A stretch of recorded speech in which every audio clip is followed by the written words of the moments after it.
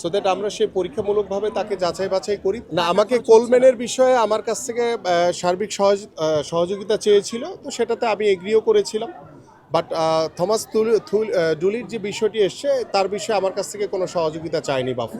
আমি একটি কথা বলি আপনাদেরকে, আসলে আমি তো বিং এ ফুটবলার, সো আমি অনেক কিছুই বুঝি। বাট অনেকের কথাই শুনি যারা হয়তো বা ফুটবল সম্পর্কে সেরকম হয়তো বা খুব বেশি ধারণা আছে বলে মনে হয় না।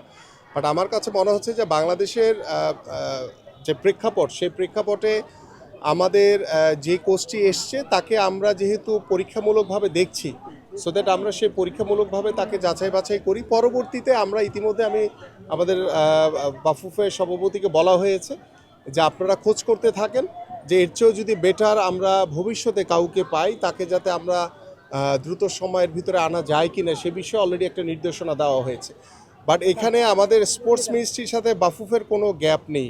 এটি একটি মহল হয়তো বা চেষ্টা করছে এটিকে একটি বিভেদ তৈরি করার জন্য, সো ইস্যু তৈরি করার জন্য। আমার কাছে মনে হয় না যেটাই হচ্ছে সেটা আমাদের সাথে আলোচনা করেই হচ্ছে। আমরা একটি বিষয় বলি, আমরা তো আসলে একটি কোচের যখন একটি আসে তখন আমরা হয়তো বা সবাই ন্যাচারালি ভাবি যে একটি কোচকে সময় দেওয়া উচিত, কিন্তু বাংলাদেশের প্রেক্ষাপটে আমরা আগামীতে যেই আমাদের খেলাগুলো রয়েছে সেই খেলাগুলোর বিচার বিশ্লেষণ করেই কিন্তু বাফুফে এই কোচকে নিয়ে এসছে।